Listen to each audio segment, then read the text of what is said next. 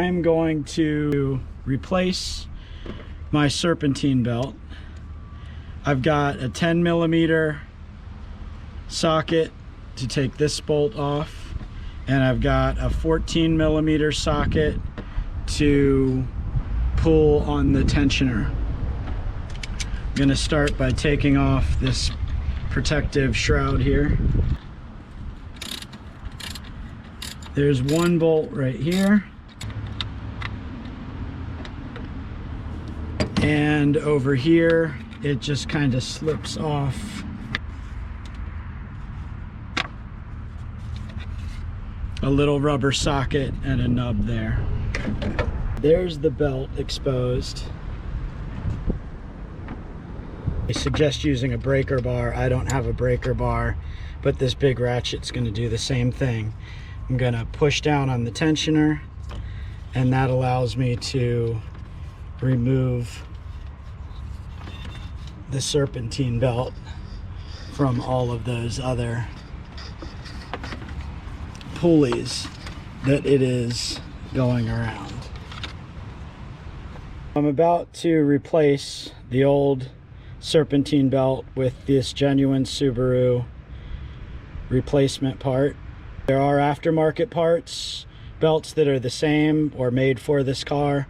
They were just all about the same price when I looked, so I got the Subaru. Let's put the new belt on. And it's important to get all of the grooves into each pulley with grooves, and all the way onto each pulley that doesn't have a groove.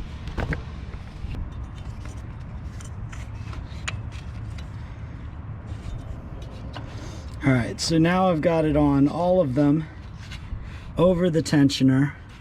I'm going to get out, in my case, the ratchet, big ratchet.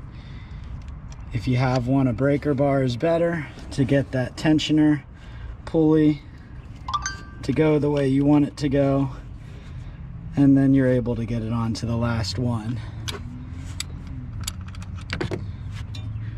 I'm just going to double check.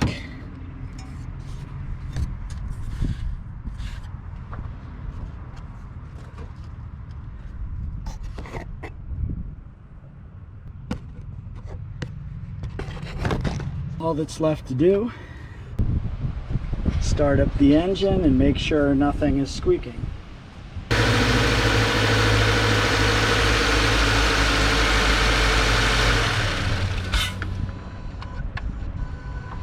So now I'm going to put back on the little cover here, a 10mm. Little overkill with this big ratchet, but I only wanted to get the one out, and I needed a longer one to get some leverage on that tensioner pulley.